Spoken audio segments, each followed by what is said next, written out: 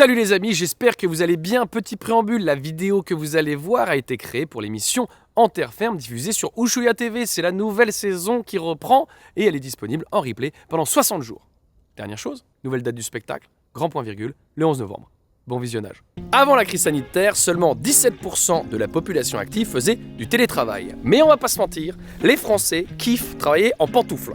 Et c'est pas moi qui vais vous jeter la pierre, ça fait à peu près 10 ans que je télétravaille 99% de mon temps. Du coup, ce chiffre devrait augmenter à 35% dans les années à venir. Et je me suis posé une question que je vous ai posée. Selon vous, qu'est-ce qui est le moins écologique? Le télétravail ou le travail au bureau?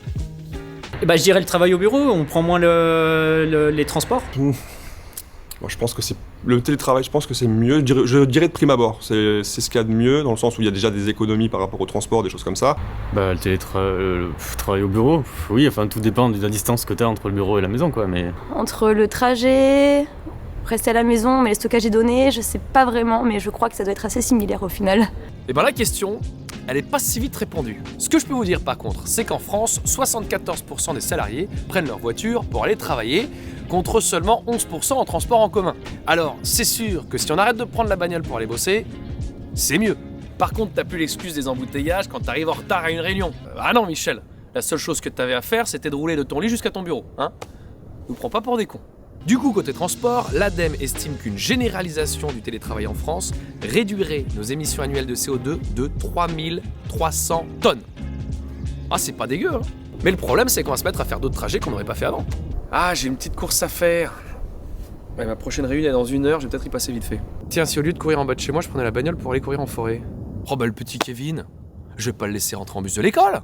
Je vais aller le chercher. Et ça, c'est dommage. Sans compter sur les personnes qui se sont dit « Attends, mais si j'ai plus besoin de venir au travail tous les jours, pourquoi je me fais chier à payer un appart hors de prix en centre-ville alors que pour le même prix à la campagne, je pourrais avoir une baraque avec piscine ?»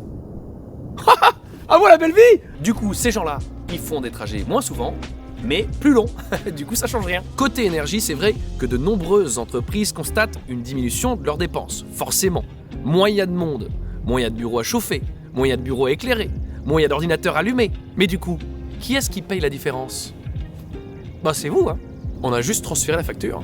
Maintenant, vous payez pour éclairer votre propre bureau. Bravo. Et pour finir, il faut que je vous parle du pire impact du télétravail sur l'environnement, la pollution numérique. Depuis le premier confinement, les données numériques explosent. Plus 30% pour l'internet fixe, plus 30% pour les données mobiles et plus 20% pour le streaming. Ah bah c'est sûr que quand tu télétravailles, t'as toujours un petit onglet qui traîne sur le teco, YouTube, Netflix. Tu vas pas me la faire à l'envers, hein. Sachant qu'aujourd'hui, les émissions de gaz à effet de serre liées au numérique représentent 4% des émissions mondiales, on peut imaginer que ce chiffre va fortement augmenter dans les années à venir si on généralise le télétravail. Alors, petit conseil tout con, mais qui fera plaisir à tout le monde.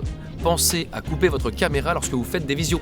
C'est le truc le plus énergivore quand on fait du télétravail. En plus, grâce à ce conseil, la prochaine fois qu'un collègue vous dira « Bah alors Michel, pourquoi t'allumes pas ta caméra? T'es en calfouette ou quoi ?» Eh ben vous pourrez lui répondre « Alors non, je suis écolo.